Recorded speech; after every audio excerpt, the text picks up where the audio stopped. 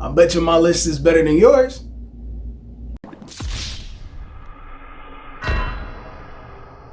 Welcome everybody, I'm RJ of The Nerdy Brew, and here on this channel we talk TV, movies, and everything in between, all while drinking a cup of coffee. Now if you like one of those things or all of those things, why don't you consider subscribing and hit that notification bell and becoming a fellow Brewster. So today, fellow Brewsters, this is a top 10 of top 10 DC animated films. Now these are my particular favorite films. It's a culmination films of the characters, or isolated films with particular characters that are not focused on Batman. That's another video that I have saved to the end. You can go watch there a couple years ago, early days on the channel.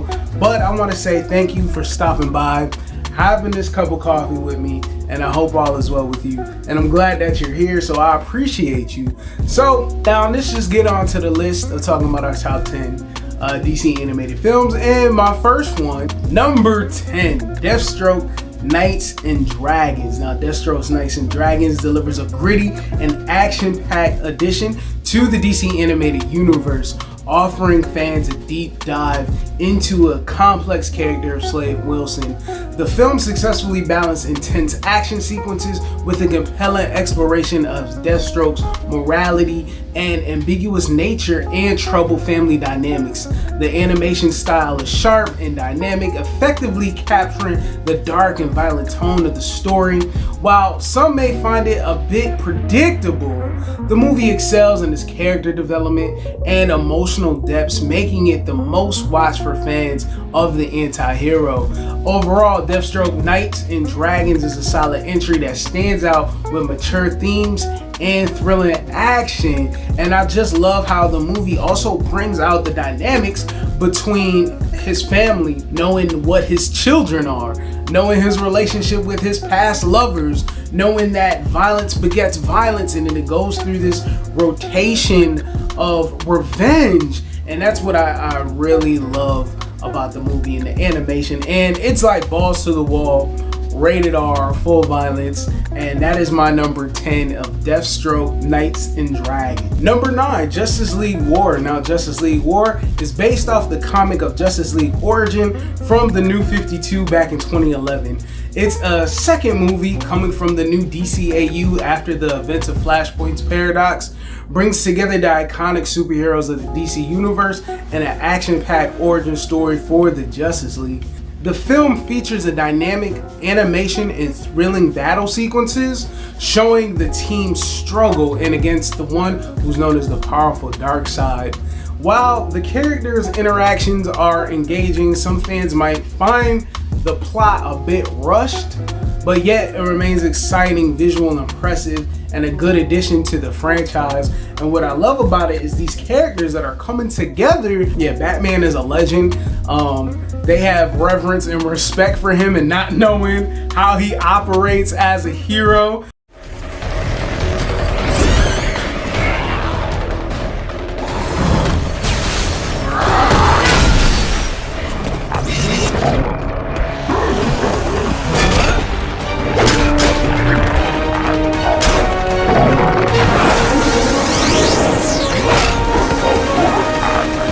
Oh yeah, and that's Batman. Batman's real? Yeah, he's over there. Wait, what?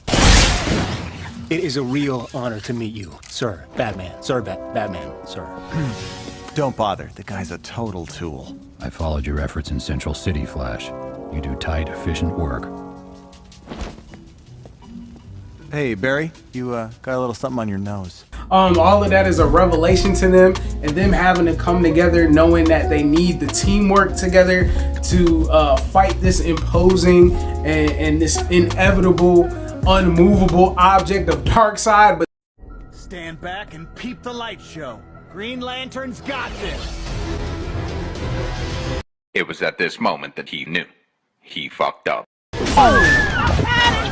He needs some milk! They ended up finding out that he is mortal, but that just goes into the shared universe that they continue to have, and I think that it's a solid entry and I like it well enough. Yeah, for it to be in my top 10. So Justice League War, number 9. Number 8, Justice League Doom. Now, based on the comic book Tower of Babel, these movies are more like adaptations, but taking the idea or a plot that Batman has all these contingencies for the most powerful heroes, making him a threat and dangerous. So when the villains of the Legion of Doom, led by Vandal Savage, it puts the world and the heroes on the brink. And it's a fun movie. To me, I consider it like a finale to the Justice League universe, coming from Bruce Timm. And I also feel like it's kind of like melding into Young Justice as well. So I really like the movie. I think it's fun, and I think it's a really good character dynamic of having the Justice League together, having one of their own be a threat to them. And I just like how it twists them on their head, and then Batman also has to be the one to rectify the situation. So I definitely enjoy Justice League Doom. That's my number 8. Number 7, Wonder Woman 2009. Now, Wonder Woman 2009 is a great origin story. The film is a strong narrative compiled with excellent voice acting with Kerry Russell and Nathan Fillion. It brings depth and charisma to the characters. Though some of the plot points are a little bit predictable, the film is an engaging action sequence and good character development, and it's a standout within the films. And you know, Wonder Woman doesn't have a lot of love shown through DC. She has limited animated shows. Nobody can really tell what her villain roster is. Y'all could probably name 5 at the most off the top of your head, maybe 2 or 3, but she doesn't get a lot of push in regards to the other 2 of Batman and Superman. And for anyone who wanted to know a good origin story, great animation, is Wonder Woman 9. And I felt like Wonder Woman 9, if you didn't like Wonder Woman 2017, I feel like Wonder Woman 2009 is a good entry point for anybody who wants to get to know the character for an origin story. But I enjoy Wonder Woman 2009, and I put that one on the list. That's my number 7. All right, number 6, Green Lantern First Flight. Green Lantern First Flight is an exhilarating introduction to Hal Jordan's journey as Green Lantern, combining the space adventure with the strong narrative. The film's vibrant animation and action sequences effectively showcase the vast universe of the Green Lantern Corps. The link between Sinestro and Hal was a great dynamic, and the engaging storyline and solid voice acting, particularly from Christopher Maloney as Hal Jordan, makes it a must watch for fans of the character. And I just loved how it was just expansive, and it was a good detective story. How things unraveled further for our character, and how he had to work into his heroship, his herohood. And I think it was way better than the 2011 Ryan Reynolds one. And I always put that on once in a while just to say I need a good solid Green Lantern film. And I feel like if you watch that movie of Green Lantern First Flight and then you watch Green Lantern Beware My Power, I think it's a good sequel to that. So yeah, my number 6, Green Lantern First Flight. Number 5, Suicide Squad Hell to... Now, Suicide Squad Hell to Pay is a thrilling, no-holds-barred addition to the DC animated universe, showcasing the brutal and chaotic nature of Task Force X. The film stands out from the mature themes and unapologetic violence, embracing the dark and twisted world of the anti-heroes. The storyline centered around the team's quest for a mystical artifact that promises eternal life or get out of jail or get out of hell free card, which is dopest. And then it also is an engaging filled with a standout performance of Christian Slater as Deadshot, and it also has Shamara Moore, who's like our lead as the Bronze Tiger, which is great. And there's also great performances by Tara Strong, who is returning as Harley Quinn. The animation is crisp, the action sequences are relentlessly entertaining, While the film is darker in tone and graphic and content, may not be for everyone, but Suicide Squad Hell to Pay worked for me, and it delivers a raw and exhilarating experience that's true to the spirit of the Suicide Squad, and I just highly recommend that. That's my number 5, Suicide Squad Hell to Pay. Number 4, Justice Society World War II. Now, the film has dynamic animation and a well-crafted storyline, which sees the Flash time travel to join the Justice Society. Now, the Justice Society is a thrilling and nostalgic dive into the DC's golden age of heroes, blending in superhero action with historical wartime drama. The film is vibrant animation, dynamic fight sequences, captures the essence of the era, while strong voice performances bring depth and beloved characters to Wonder Woman and the Flash. Though the plot occasionally feels a little bit rushed, it's a heartfelt story with engaging character interactions to make it a standout within the whole universe, being within the Tomorrowverse, and it's the second film coming out of the Tomorrowverse, and it's also dealing with the Flash and how the Flash is this one of the figures to know that there was a reset or multiple resets within the universe. So this is another in his mythos and in his path of this character in animated form that's dealing with these repercussions, and I think it's a good exploration for Barry Allen the Flash. I think it has good plot twists and great revelations for what happens within the film. Definitely recommend Justice Society World War II. That's one of my favorites. Is coming out of the tomorrow. Number 3, Superman Man of Tomorrow. It's the first film known in the Tomorrowverse, known as Superman Man of Tomorrow. It started off having the shared Tomorrowverse connective universe. Connected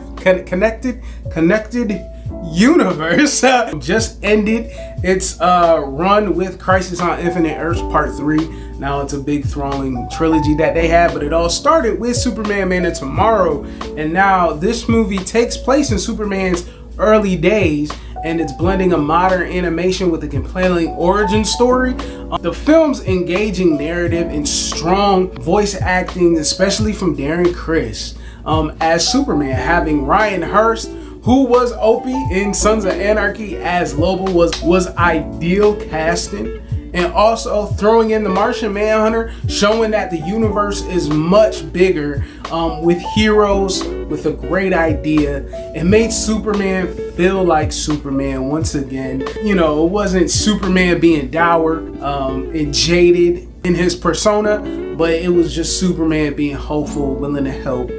Very much reminiscent to the Superman in My Adventures with Superman that's out right now. Just ended season 2, but I enjoyed it immensely. So yeah, that's my number 3 is Superman Man of Tomorrow. Now, number 2, Death and Return of Superman. Now, it was initially 2 separate films, but then they merged it together to be one long 2-hour and 45-minute movie of the Death and Return of Superman. So it started off the Death of Superman, and then it had the Reign of Superman, but they made it one movie. So now I can say the Death and Return of Superman is number 2 of my favorite film coming out of the DC animated universe.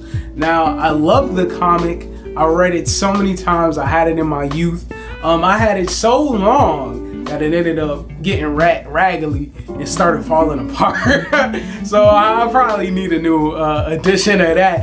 But I love that comic, and I love that, you know, back in the day, maybe like 15 years ago, there was the Superman Doomsday movie, which was a loose adaptation of the Death and Return of Superman, but it was lackluster. It didn't adapt the reign of the Superman storyline, what I think is very pivotal within Superman and DC's mythos. I think it lays a foundation for the character. I think it's a big moment for the character of his death, his return, and the events surrounding that said death. And so I just feel like I love the film, and I love that it's tying everything together. I love that it was a good conclusion and resurrection for Superman. And I love that it also, not all in itself, was a standalone movie for Superman in these events, but it was always connecting to a shared universe as well. And I like it being the second to last before they ended that rendition of their universe of Justice League Dark Apocalypse, which culminated the universe as well. So I definitely enjoyed Death of Superman in its placement in the DC animated universe, but also being its own story in the DC animated universe. So number 2, Death and Return of Superman. All right, number 1, Flashpoint Paradox. Now, everything about this movie is great. Now, what they did with it of having Barry be in the focus, and not only, that was my phone going off. Not only them having Barry be in the focus, but also adapting one of the best stories coming out of DC. And I think Jeff Johns, he had a couple runs. He did the Flash Rebirth, which was a great run of Barry Allen. He was bringing Barry Allen back because Barry Allen, the character, he was dead for over 20 years at that time, pretty much close to 30 at that time. And so having him come back through that story, but the story in the Flashpoint comic books, it was a vast story, and it goes off to Thomas Wayne and dealing with who his Joker was, and then it also had like different aspects of this alternate universe that Barry created for him to try to get back. And now they changed a lot of things up within that film. They made it more cohesive and they cut a lot of things out, but for it to stay grounded and to stay focused on Barry Allen, I felt like it did that very well. And then not only that it did that very well, just the introduction of that world, the catastrophic, the doom, and then also having Reverse Flash, and Reverse Flash being the biggest hater of all haters, and it worked within that. Because everybody has seen this. My pettiness has no limits. What the fuck? Remember when you and Iris both got your first latte together? You marked the calendar afterwards as a special moment, even though you didn't like the drink. But yet, Iris was chugging it down like a white girl at a bar during hot girl summer. You wrote down in your journal that it tasted salty. Saltier than anything you've ever tasted up until that moment. Thawne, please no. It was me, Barry. No, I was the barista that made your drink. Thawne, stop. And guess what, Barry? I nutted in it. But that wasn't in the movie though. That's how malicious he is towards Barry Allen. Also, they finished that. His conclusion of his story is in Suicide Squad Hell to Pay. So those events still ripple out through in the shared universe, which I felt like was great storytelling. And one thing that I loved out this movie, which was very beautiful, just for someone who has, for the character of Batman, dealing with the fact of having this trauma, it was beautiful for him to have a connection to his past in a positive way. So definitely, that was my number 1 of my DC animated film is Flashpoint Paradox. Those are my top 10. I would love to know yours down in the comments below. Do you agree with the list? Do you disagree with the list? What are your favorites? Is there any that I skipped? Because you know they got so many that are vast, and I don't know if any from the Tomorrowverse made it in there. Is that in your top 10? I don't know. Let me know down in the comments below. Make sure that you like, comment, share, and subscribe. The reason being because it supports the channel in a big way, because truth be told, I'm not monetized. So if you would like to contribute in any way to the channel, please like, share, comment, and subscribe. And I love having these coffee talks, and I love having these discussions with everybody. I love doing the work, and I'm glad that you're here. But with all that being said, I'm gonna bring this video to an end, and I want you to be you, do you, see the bigger picture. Have a fantastic day, because you deserve it. This is that channel. Peace.